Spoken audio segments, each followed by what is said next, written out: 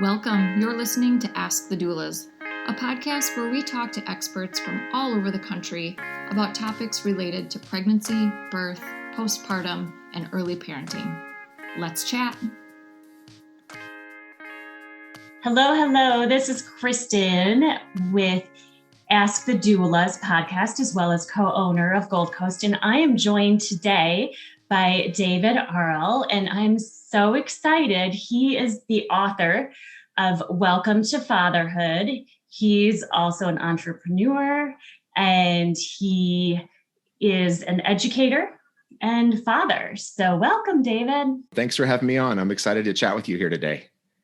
Yeah, so it was perfect timing. I am teaching a new course with my partner, Alyssa, and it's called Becoming a Mother. And we have all of these women who are engaged in the course and prepping for their pregnancy, their birth, and their postpartum phase. And they had asked me about resources for partners and fathers, and I didn't really have anything to share. And then you popped up in my inbox talking about your new book, Welcome to Fatherhood.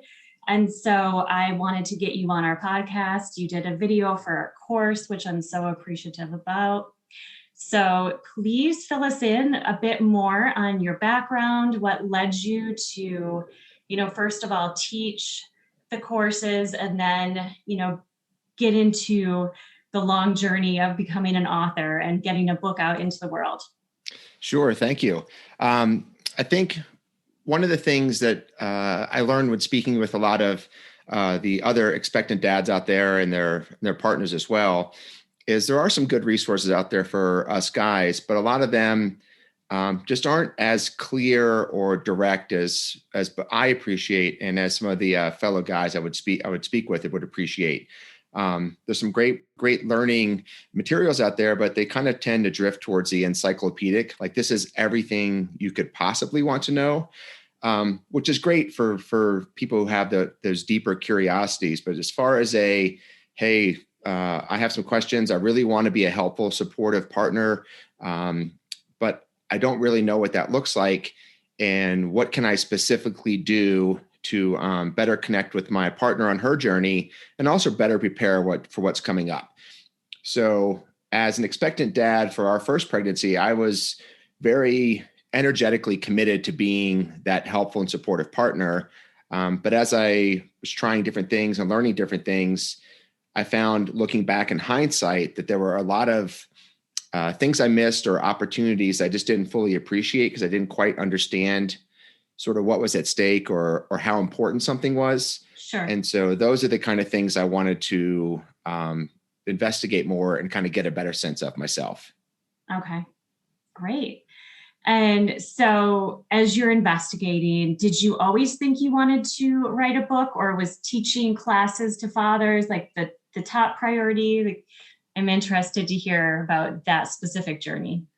No, I think honestly, a lot of the energy for me that I was able to marshal to getting first the workshop series and then the book was born out of a combination of excitement on wanting to help other expectant dads who really wanted to be as helpful and supportive as they could, but also my own frustration with going through that process on my own and really feeling like there wasn't nearly enough good information out there, and also good direction for us dads. Like, there's so many times I've felt frustrated where I eventually sort of discovered something, and then I was annoyed that it wasn't just clearly presented to me right off the bat in any of the 6 books I looked through or the classes I took. And I was like, well, this seems really obvious. Why didn't anybody tell me, as like an eager dad to be who wanted to be a great teammate for my partner? Why wasn't this something that was told to me on day one? And I had to kind of like figure it out. And then going back and looking through the materials, most of the things I kind of touch upon either weren't mentioned at all or were just sort of glossed over. And it's like, no, this is a big deal. Like, I wish somebody had grabbed me by the shoulder and be like, hey, this is important. You need to understand this. And I'm like, oh, good. Thank you. Rather than burying it on page 7 in the middle of a paragraph and then moving on to something else. So it was a combination of wanting to be a helpful contributor to the conversation, and then also a little bit of frustration on having not received as much helpful information or input from the larger birth spaces I felt I really should have as a guy who really wanted to be there for my partner. Yeah, that makes sense. And obviously you could get a lot of questions and test things out for the book with these live workshops. So you're talking to dads directly and they're asking you questions. So what a great way to, begin the book project. Yeah, the workshops were a lot of fun. I had some great, we all have our own experiences and we all learn from those. But having those workshops where there were other guys coming in with their own experiences, their own questions, I was able to kind of get a better sense of what was not only important to me, but important to some of these other guys. And then also, I got a lot of great questions about things that just didn't occur to me. Again, that weren't also mentioned in some of these other resources for dads. So the workshop was definitely an evolving format. I found that initially I was very earnest. And while that is important, I needed to bring a little bit more humor in there and a little bit more of like an ice-breaking element. Because a lot of us guys, we have these uncertainties and we're feeling a little bit vulnerable. We have questions, or we know we don't know what we, quote unquote, should be doing, but we don't even know what the right question to ask is.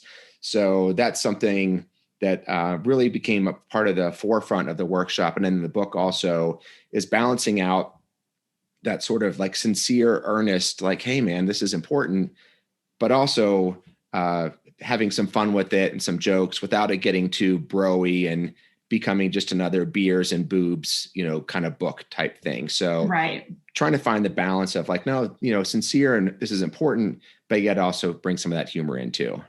Yeah, I loved it. It was easy to read and a lot of fun. And I know when I'm a planner by nature, it sounds like your wife is as well. So I, with both of my pregnancies, took all of the classes, read the books, watched documentaries, watched birthing videos. And my husband is more of a go with the flow kind of guy, but he wanted to support me.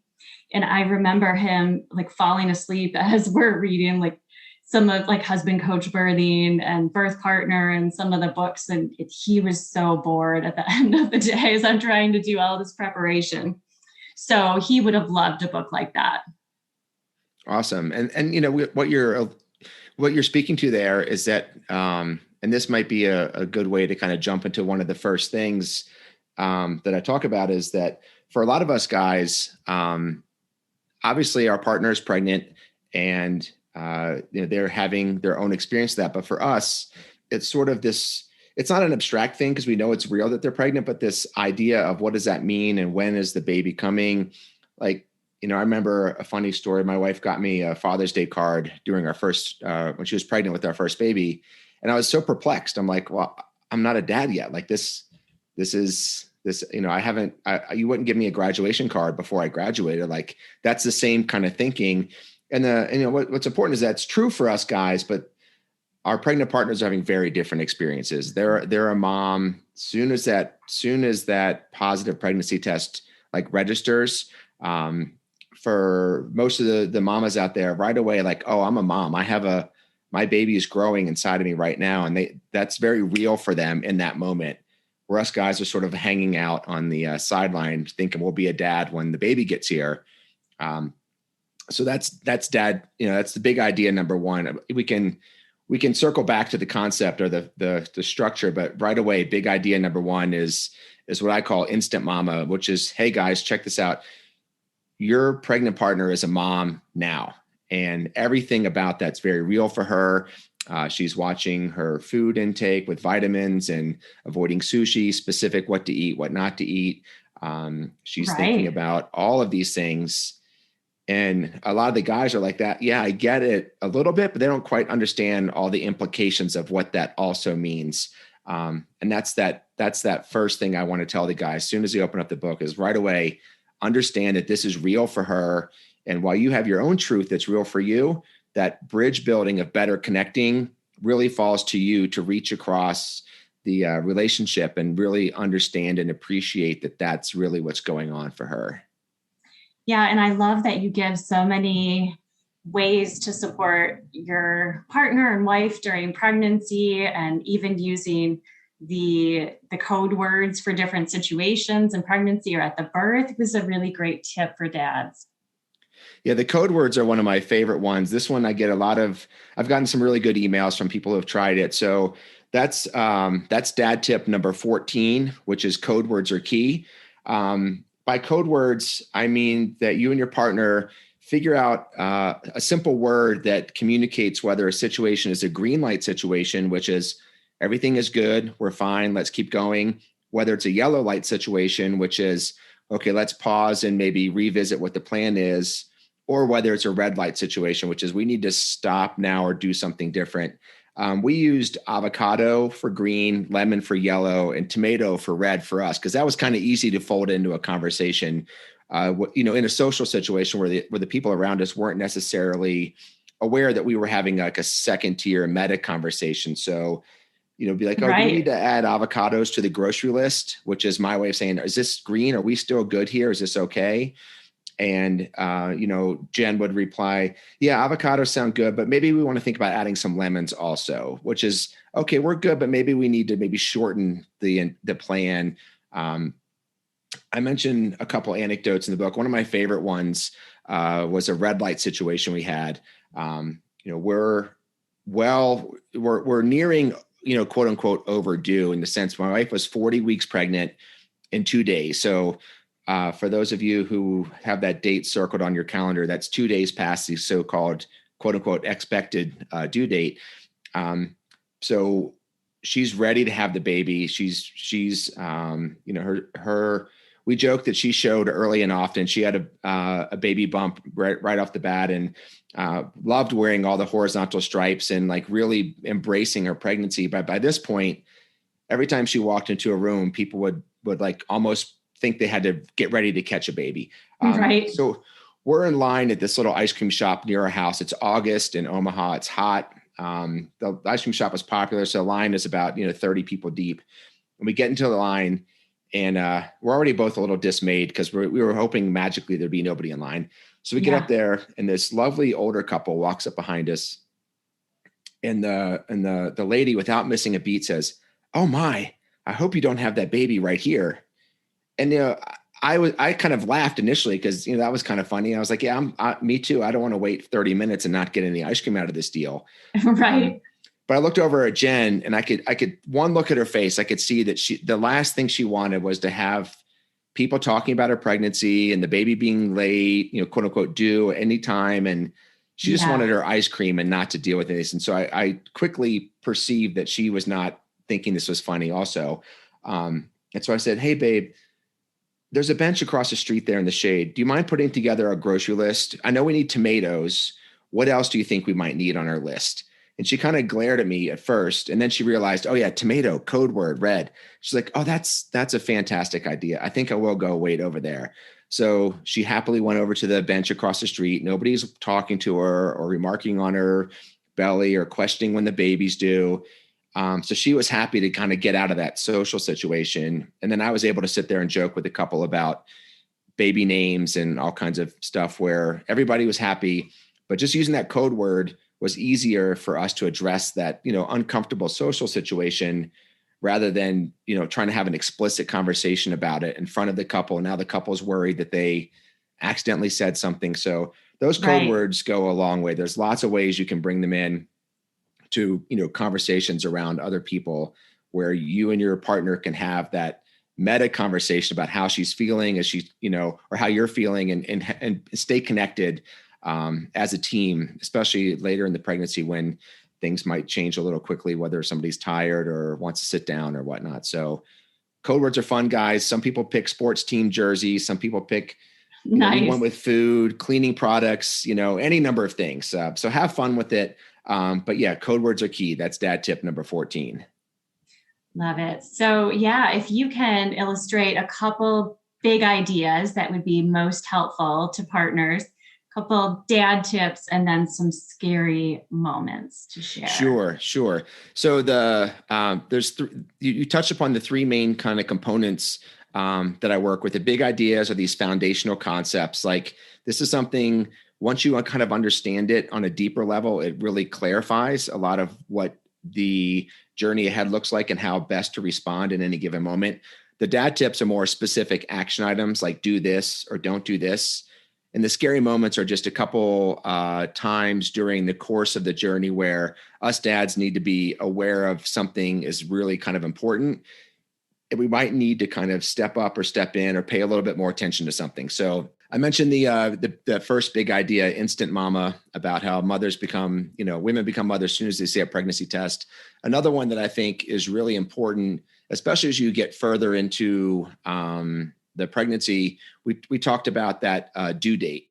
So back to big ideas. A big idea that I think is really important in that second trimester, when you're well on the way of the pregnancy journey, the morning sickness is kind of subsided down. Everybody's sort of like adjusted to this is where we're going, is a concept of teamwork. Something I see with a lot of the guys out there is that teamwork is a kind of, I do this, you do that. It's sort of a divide and conquer sort of approach to things, whether we're teaming up with our friends to play, basketball, you stay over there and guard that guy, and I'll stay over here and guard this guy. Or even if we're working on a project, team lifting, like you turn this way, I'll turn that way. A lot of the mamas I've spoken with, their sense of teamwork is help me here with this, which is very different and equally valid. So for this, this pregnancy journey, mamas and daddas work best when they work as a team, but that different idea of what teaming up looks like, I've seen cause a lot of unnecessary, glitches in that better connected relationship where the guys think they're being a great teammate by going out to the garage and kind of like sketching out a plan for the nursery or, they're going to go do these things over here, where for a lot of the mamas, they really want their partner with them by their side and helping. Let's have a conversation about cribs, or let's have a conversation about nursery decor together. So that teamwork idea, when you hear your partner, guys, when you hear your partner asking you to go to the store to look at, some birth registry things, what she's really asking for you is to team up and be with her on this adventure. She doesn't necessarily really need your like objective analysis of which baby monitor system might be the best one. Like that's not quite what the thought process is there. So guys out there, I always say, when you're listening to your partner and you're talking about things, listen with the ear for how can I team up to be a partner with my girlfriend or with my wife or, with this person, rather than teaming up by going to do something else. So that's a big idea that we talk about that becomes more relevant as we get into that second trimester when you start those bigger picture planning conversations. Right. Yeah, it's about just being together as a couple. I totally agree with that. And of course, birthing persons, they might be more indecisive, where they would really want their partner to do the research and, make some decisions on the correct monitor. But most of the time, it's just the company and doing it together and getting close in that way emotionally. Yeah, and you're so right there, Kristin. That better connected is one of the main taglines of the book. And like you mentioned, sometimes it is helpful to have a second opinion on, whether it's the baby monitor, or do we want to do a elephant theme nursery or giraffe theme nursery? It's good to have an opinion, guys. Like, nobody's asking you just to show up and stand there. But at the end of the day, that sense of like, we're in this together. This is our baby. It's our adventure. That's really one of the most important parts of this whole process. That's that real helpful and support you keep hearing about. That's that feeling like we're in this together as a team on this journey. And that's the question I ask you guys to listen for underneath the specifics of which teething ring do you like better. So you may not have an opinion on the teething ring. You probably don't, as a matter of fact. But entering that conversation with a sense of connection, and that's the real idea, is what I recommend. So getting into, do you have any other big ideas to share before we move on to dad tips?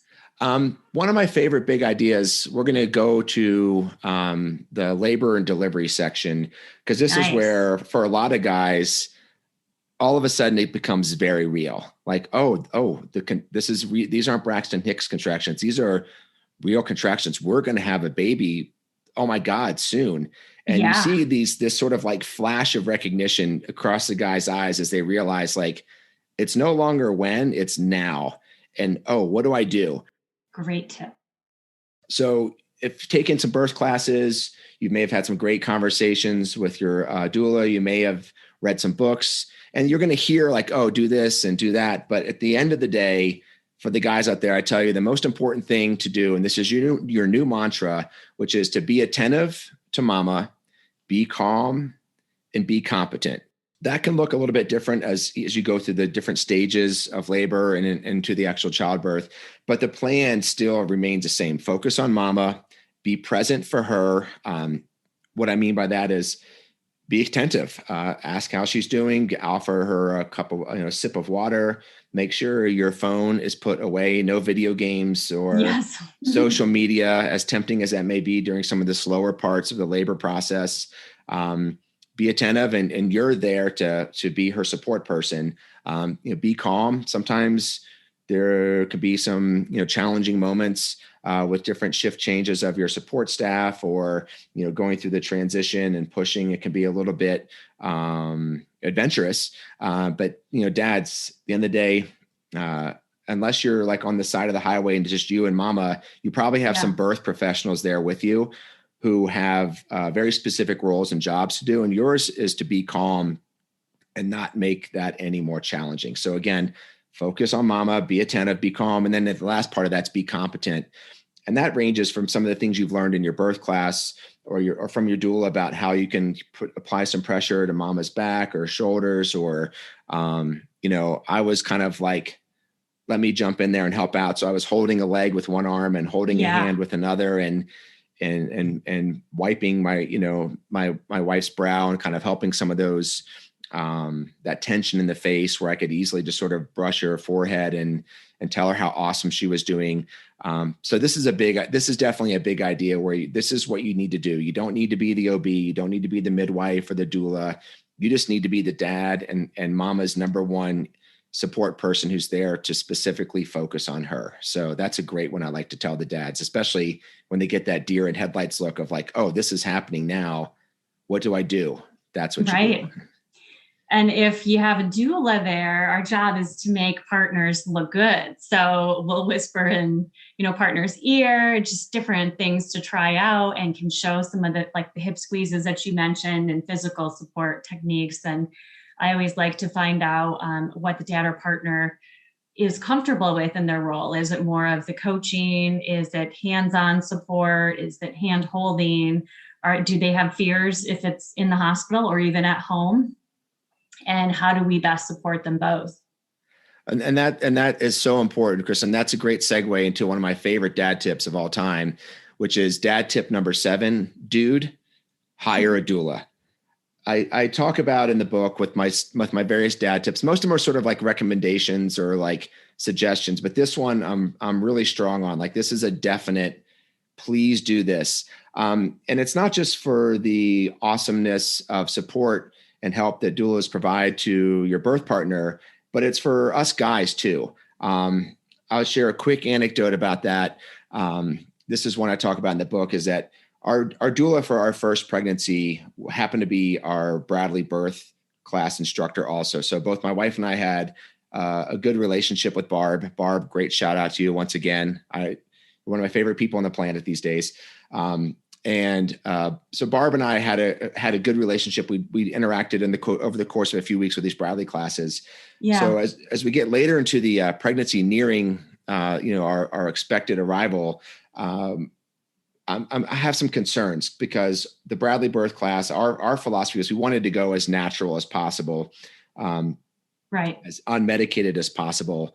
But my wife, as awesome and amazing and strong as she is, has a pretty sensitive tolerance when it comes to pain. I'd seen her stub her toe, and she literally goes down like a sack of potatoes, and she's holding her toe, and there's tears, and there's a very, appropriate sense of this really hurt. This is how I'm going to respond. Yeah.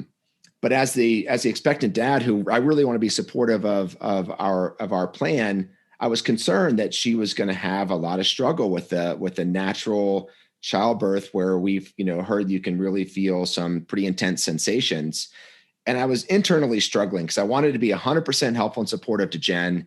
But at the same time, I couldn't get over this cognitive block I had about her pain tolerance, at least my perception of it. So I pulled Barb aside and I had a private conversation and I expressed my concerns to her, and she was awesome. She was like, look, David, I get it. It's a pretty common question a lot of guys have, but I've seen you and Jen up close. Jen is capable, she's strong. And more importantly, there's something for all the guys out there to know is that going into the actual childbirth process, mamas kind of transform into a different person, into a different being. Their true like maternal power shows up, and being able to work through some of these challenging moments is something that comes a lot easier in that moment than it would be just like stubbing your toe or something like that. So Barb was able to reassure me, which was super helpful, because once I got that reassurance from Barb, I was able to drop my own concerns and fully commit to being helpful and supportive, rather than helpful and supportive, but still having this large concern. So that was just one simple conversation Barb had with me that reassured me. And there were several other times in the journey where she was a great resource for me as the dad, as well as an amazing, awesome resource for Jen during that process too. So dude, hire a doula. It's one of the best things you can do for everybody's, comfort and peace of mind and support going forward. Yeah. I feel like a lot of dads are hesitant to hire a doula because they don't want anyone to replace their role. So I know with our second, we hired doulas, and my husband felt like he worked so hard and we achieved a lot of our goals with the first, and he didn't want to be replaced. But after having doulas, he felt like he was able to relax more and didn't have to know all the things and look at the workbook anytime a decision had to be made from a childbirth class, and that he actually enjoyed the experience more, rather than kind of feeling like he had to be the gatekeeper in ways and make important decisions. He had someone to talk it through, knowing that the decisions were still ours. But I was relying on him a lot so I could do the work of labor the first time, and he enjoyed it and was able to emotionally connect more at our second birth.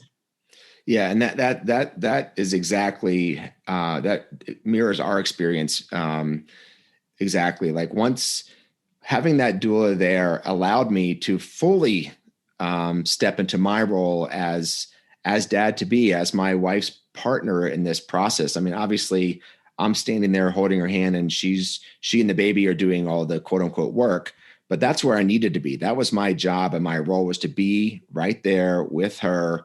There were times in the pushing where she couldn't hear what anybody else was saying. The whole room was like this blur, and she could only see me and my face.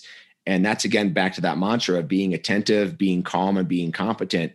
Being able to have that doula as my wingman, to really monitor the room and monitor things and only tell me what I need to know, it allowed me to do my job much better. And my wife was super appreciative of having the doula kind of in the background, but having me in the foreground, where I wasn't worried about what was happening in the room. I wasn't worried about watching the tone of that new nurse that came in that maybe hadn't read our birth plan yet. I wasn't tasked with doing all those different things. I could just be fully relaxed into my role, and that having that doula allowed me to do that better than if she wasn't there. Agreed. So let's get into another dad tip before we move on to the scary moments. Sure. One of the funnier ones, and this one, I think I'm going to stick with the labor and delivery thing, which is dad tip number 16, that your mama's water breaking is not an emergency. Yes. For us guys out there who, 99.9% of us have never been around somebody when their water actually broke, this vision we have is largely informed, or I should say misinformed, by all the romantic comedies we see on TV. It's like somebody standing there, their water breaks, and all hell breaks loose. It's pandemonium. People are running around, and they're like sprinting to the car, and they're weaving through traffic like a maniac. And it's like, no, please, that makes good TV, but it's the opposite of what's actually true. So again, this is on the dad tip side, like just, it's not an emergency. Obviously you want to document the time, depending on your birth plan and who and how you're planning on having birth.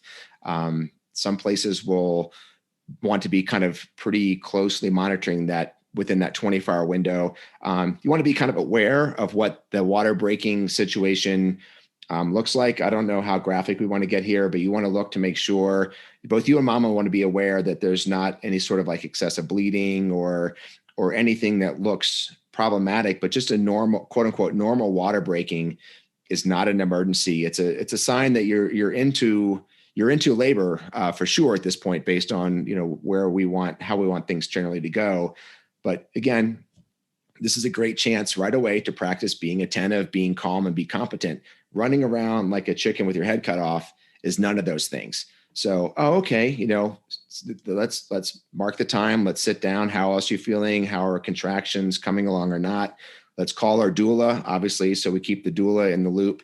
Some of your other birth professionals, you may want to let them know as well, or some support people. If you have a pet at home and you're planning on birthing elsewhere, you may want to give that person a heads up that the pet needs that they've agreed to kind of help you with, you may be needing them soon for that. So there's some heads up you want to give people, but definitely, guys, not an emergency. This isn't a bad episode of your favorite TV show where everybody freaks out. Just, again, attentive, calm, and competent, and keep going with your birth plan. Yeah, baby's not necessarily going to be born right away after water breaks. It can be quite some time, but occasionally we'll get those where they're pushing right after the water breaks. But you're so right, David. That's not the typical situation. Good tip. One more dad tip I like to mention here, and this is, again, right here, we're still pre-baby because the postpartum period has its own sort of, it's getting a lot more focus these days, thankfully. There's a lot of things. That's where us dads kind of, quote unquote, really kind of are really brought into the journey. But prior to that, that leads into the labor and delivery, and this is still back in that third trimester, is I recommend the guys to watch a few birth videos. That's dad tip number 15, birth videos. There's a lot of reasons I think this is a good idea, not the least of which is it's a great way to team up with your partner and sit down together and let's them watch some birth videos, especially if you have some clear ideas of kind of how you are imagining you want your birth to go in your birth plan. You can sit down and kind of, search for videos that are like that, whether it's want to be a water birth or a home birth or a full hospital birth. There's ways you can search for those particular ones and get a sense of how that goes. What does that look like? What does that sound like?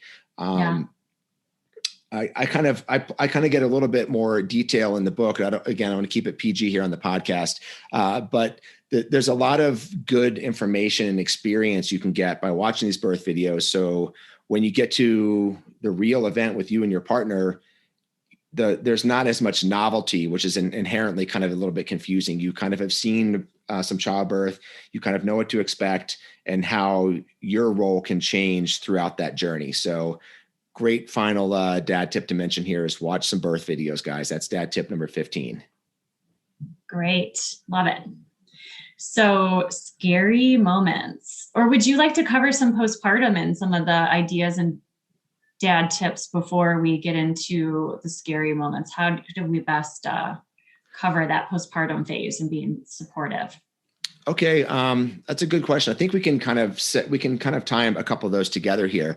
So Scary moment number 4 speaks to a larger kind of like cultural issue that's impacting all of us here in the US with limited maternity leave, limited paternity leave. A lot of us are living away from where we grew up with our inherent community.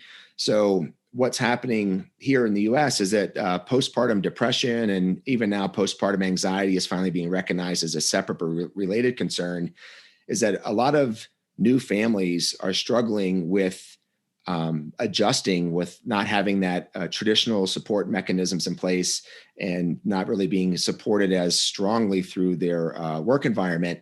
So I tell dads that, this postpartum stuff is real. Like it affects up to 20% or more of new mamas out there.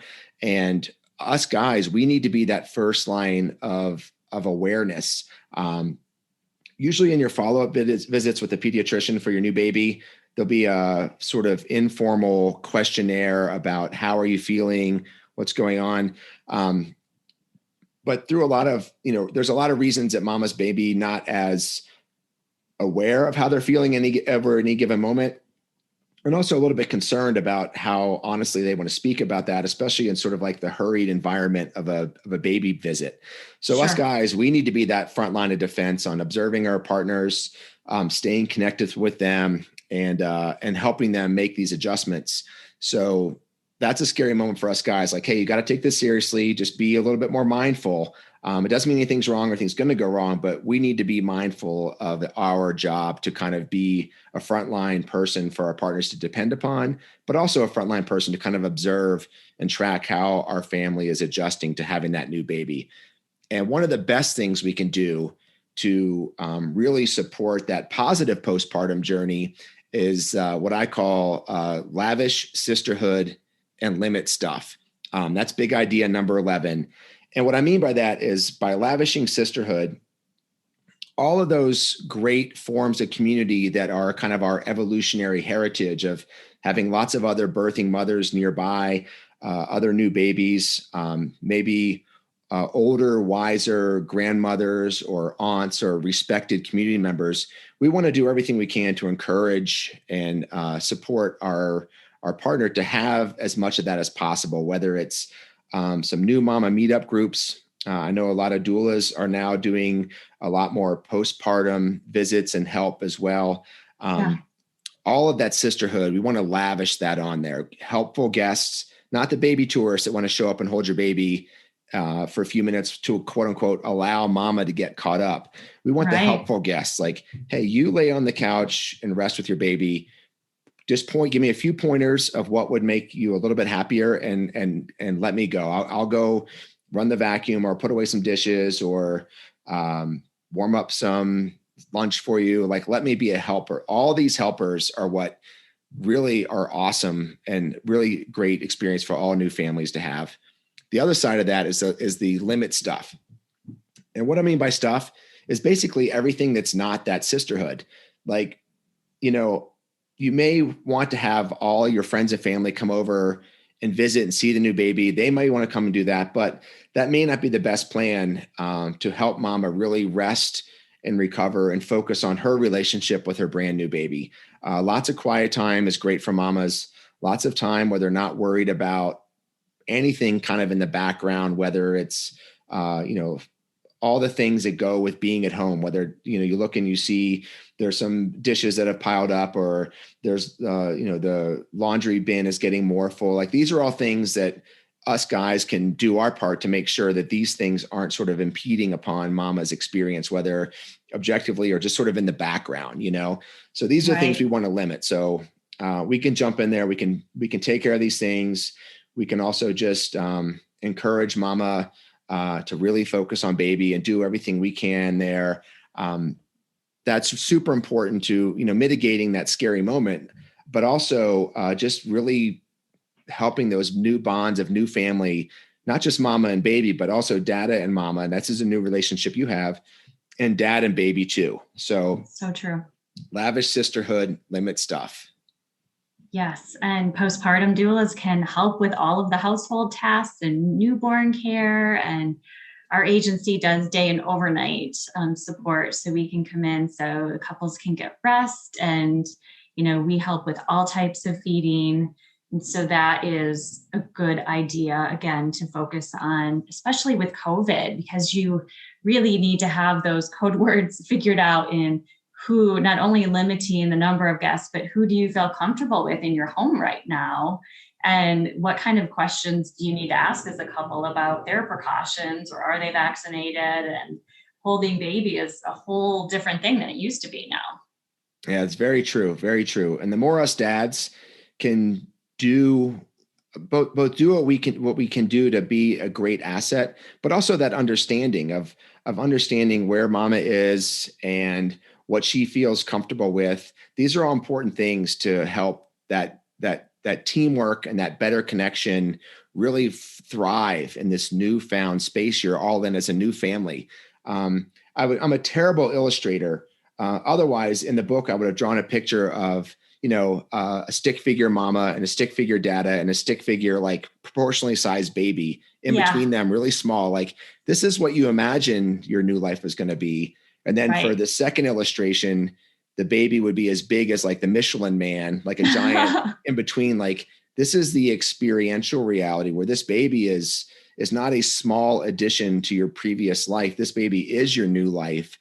And all the things that means, all those implications for time and energy and experience are important for us dads to really get behind. There's no bouncing back. We're bouncing forward. And the more us guys kind of get on that page and can be awesome teammates and partners and also fathers to our new baby, this bounce forward is where we're going. There's no going back, Right. So your life will be, changed forever in many beautiful ways, but it's a change. And, I love, just the focus on the relationship as a couple, but also in the new roles as parents and as a family. If this is your first baby, or every time you add a baby to the family, it's still a change, or as you mentioned, sort of the traditional societies, a rite of passage every time. So yeah. And then if there are twins or triplets in the mix, it's there are like multiple Michelin babies. Exactly. That's a whole different reality. Yeah. So getting into another scary moment. Hey, Alyssa here. I'm just popping in to tell you about our course called Becoming. Becoming a Mother is your guide to a confident pregnancy and birth, all in a convenient 6-week online program. From birth plans to sleep training and everything in between, you'll gain the confidence and skills you need for a smooth transition to motherhood. You'll get live coaching calls with Kristin and myself, a bunch of expert videos, including chiropractic care, pelvic floor physical therapy, mental health experts, breastfeeding, and much more. You'll also get a private Facebook community with other mothers going through this at the same time as you to offer support and encouragement when you need it most. And then, of course, you'll also have direct email access to me and Kristin, in addition to the live coaching calls. If you'd like to learn more about the course, you can email us at info@goldcoastdoulas.com or check it out at thebecomingcourse.com. We'd love to see you there.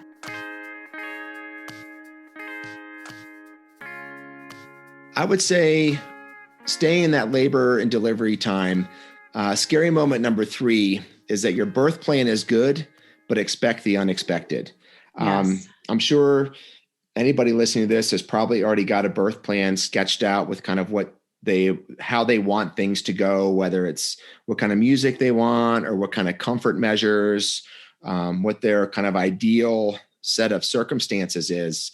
But it's important, and this is where this part falls on us guys when we're kind of tasked to be the sort of like protector and sort of room preserver as mama gets, deeper into that labor and delivery process, is that the birth plan is a great idea. It's sort of like a, optimal situation. And many times, experiences largely follow that birth plan. And there's times where exactly what you're asking for is what's going to happen, such as, the general music in the room. Nobody's going to come in and tell you can't have that music.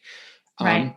But there's always other things that may happen. And all of your birth professionals have one goal in mind. That is the safety of mama and the safety of baby.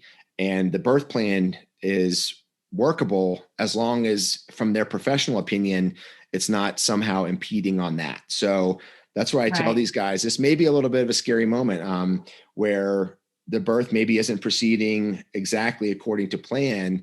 And that's where having your doula and your whether midwife, OB, or whoever these other professionals are, to kind of help you understand where things may be shifting or changing. But the birth plan is not a hill that you want to like stake out and defend at all costs. The birth plan is a guide, and there may be circumstances that arise where the birth, baby has a different plan in mind, or your birth professionals do.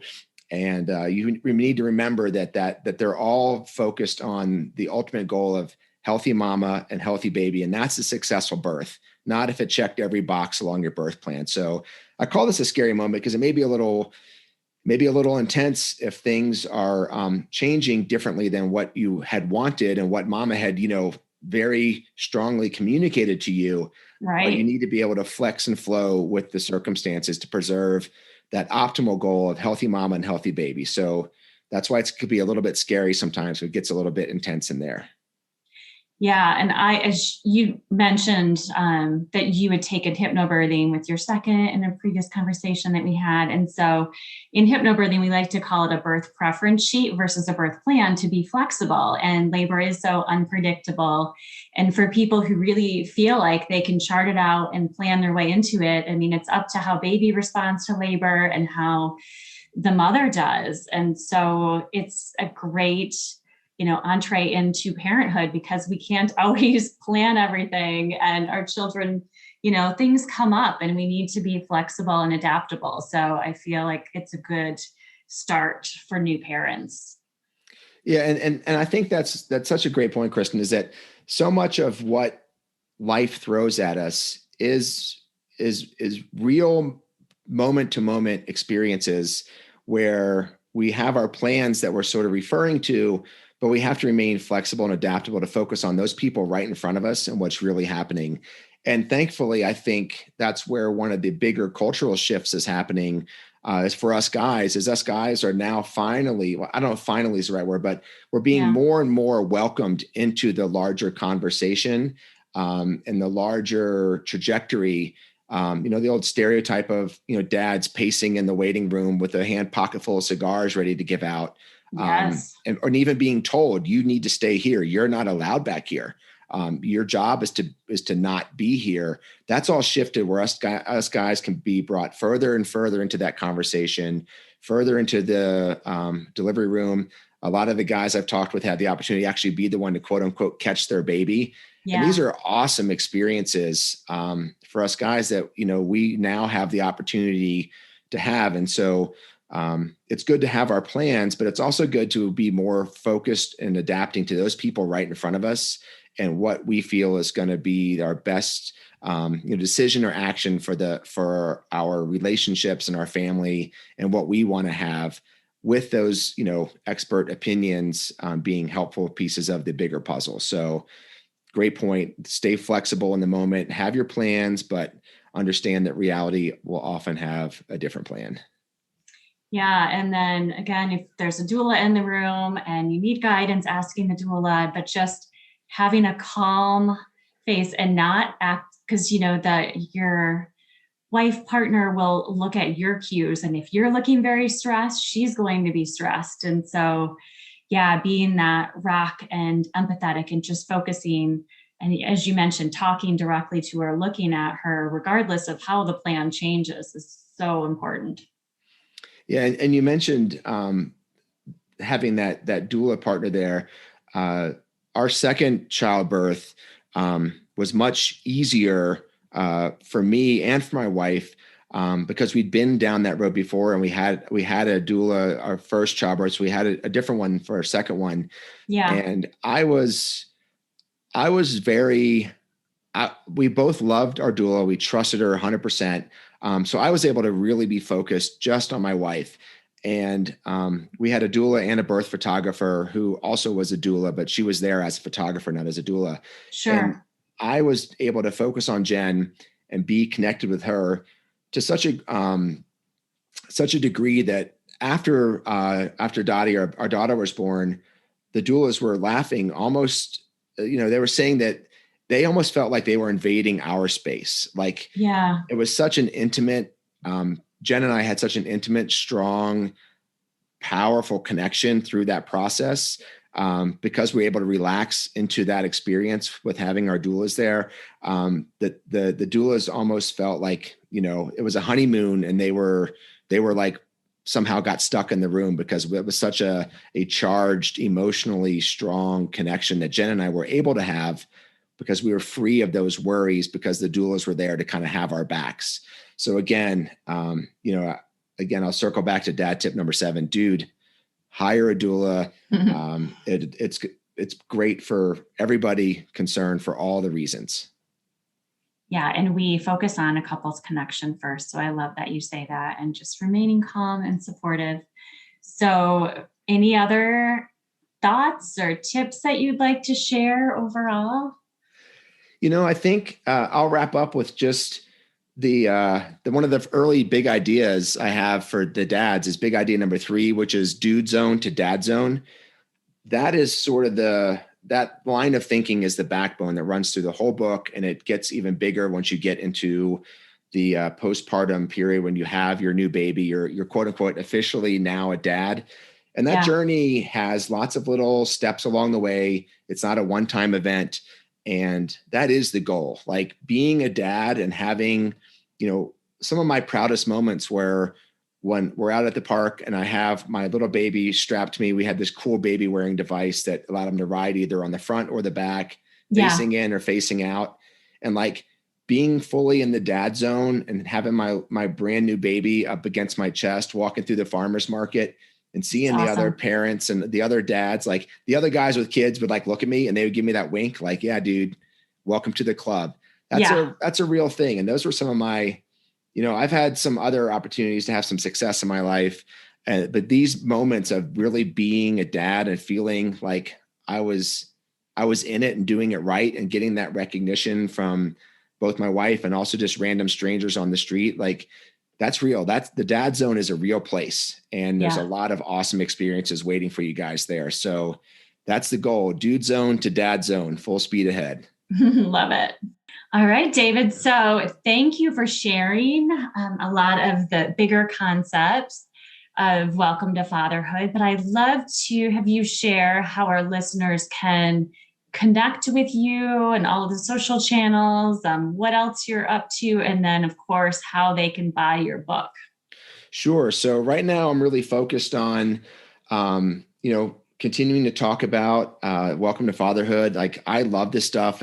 I am always so excited when I have an opportunity to chat with people about childbirth and childbirth education.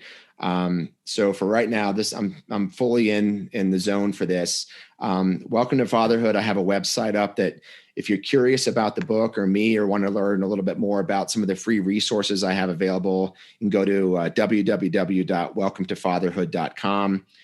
Like I said, I got great resources on there, from birth plan templates to go bag lists to all kinds of cool things on there. Great educational materials as well. That's all free. Just click on the links there.